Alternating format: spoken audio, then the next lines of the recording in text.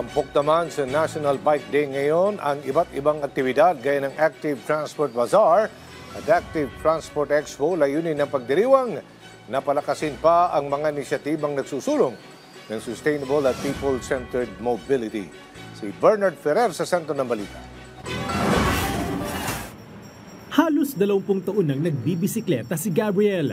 Hindi lamang dahil sa magandang benepisyo nito sa kalusugan, kundi dahil nagiging katuwang niya ito sa kanyang trabaho. Kaya naman mahalaga sa kanya ang maayos na infrastruktura at ang pagtiyak sa kanyang kaligtasan habang nasa daan. Implement yung batas, bigyan nila ng kahalagahan yung mga siklista. Nagtatrabaho din naman, nagbabayad din naman ang buwis yan eh. Respetuhan lang. Dapat ganun lagi sa kalsada. Ngayong araw isinasagawa ang nationwide celebration ng National Bike Day na may temang iisang daan, iisang kinabukasan, nagkakaisang padyak para sa ligtas at likaskayang pamayanan.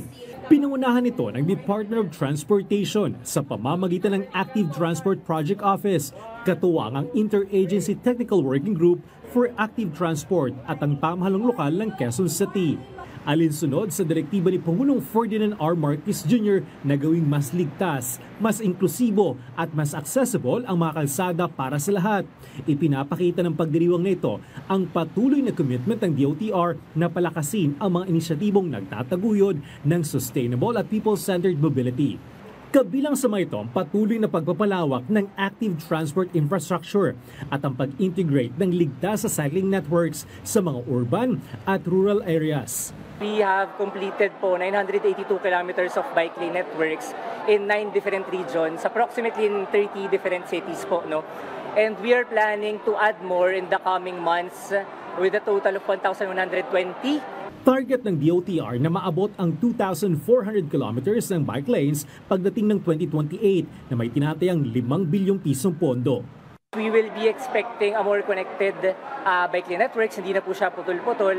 We will be expecting an improvement din po sa existing infrastructure natin, both bike lanes and pedestrian walkways. Tuloy-tuloy din ang pagdami ng mga nagbibisikleta sa Quezon City, Pasig at marami pang lugar sa Pilipinas. Sa pagdiriwang ng National Bike Day sa Quezon City, tampok ang Active Transport Bazaar, Active Transport Expo na kinabibilangan ng bike lessons, bike repair clinic at push bike race for kids. Highlight din ang makasaysayang QC Bike Trail at ang National Bike Day program na may awards and recognition at grand raffle.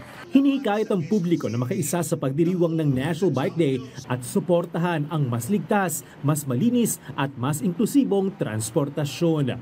Bernard Ferrer para sa Pambansang TV sa Bagong Pilipinas.